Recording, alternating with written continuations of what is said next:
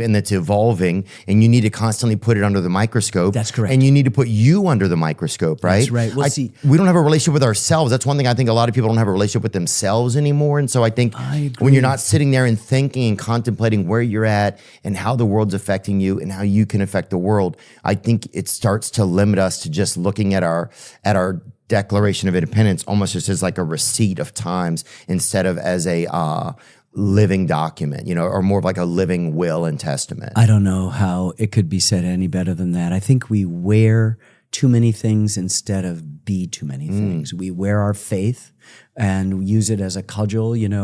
If there's one thing I learned about making films about the U.S. and us is that there's only us. There's no them.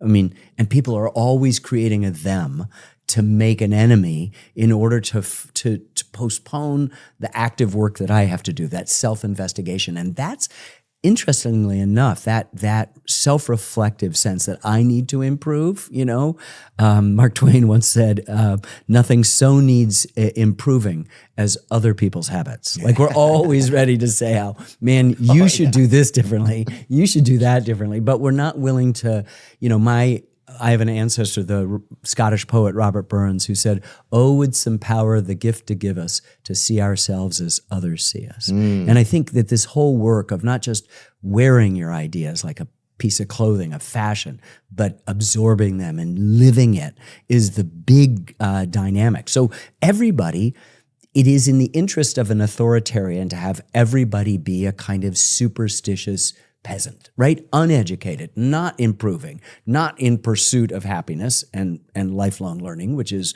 what they all meant. That's where they want us. That's where the rulers want you there. They want you in a place where you're passive, where you're distracted by your things and your whatever and this scandal and stuff like that. Eleanor Roosevelt once said that great people discuss ideas, average people discuss events, and small minds discuss other people, and you realize the extent to which our whole culture is based on kind of judgment, not of ourselves, not with the self-reflective scrutiny that all of our religious teachings, all of our philosophy, and all of the common sense of negotiating this complicated thing that we call our lives suggest, but abandoning that in favor of I can tell you what you're doing, and I can tell you what he's doing wrong. But oh no, I'm fine here. I believe it's nice. It's nice to because it's fucking painful to look at yourself. That is, and I think it's painful, or I don't know if it's painful. It was inventive of these guys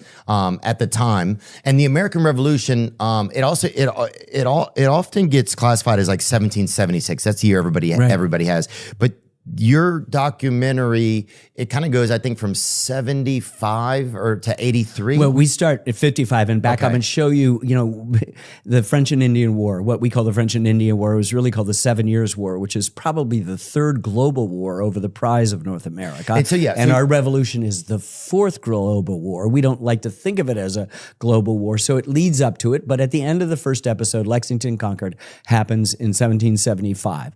By 1776, the land we're sitting on, by the way, is farmland. The biggest battle of the Revolution will take place on the Battle of Long Island, which we lose because of George Washington, who's the most important person in the history of the United States. Without him, we don't have a country because of his mistakes. So nobody's perfect. Everybody's pretty complicated. And wait, we don't have a country because of his mistakes? No.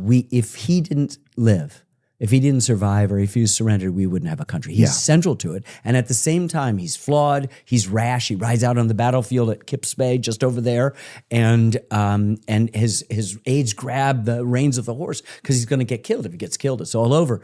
He rides out in Princeton in the next January in the middle of the battle, and some aide covers his eyes. He's going to get killed. But he makes a classic mistake at the Battle of Long Island, in Brooklyn, what is now Brooklyn, and he doesn't protect his left flank, and the British curl him up. Makes the same mistake again the next year at the Battle of Brandywine, and yet he keeps his army together, and he suddenly realizes he doesn't have to win. He just can't not completely lose. The British have to win, and they're 3,000 miles away from headquarters, and nobody knows what weather is coming, and it takes 6 weeks to get back, the news to get back to England. It takes even longer because the Gulf Stream's not working in your favor, coming the other way, and so what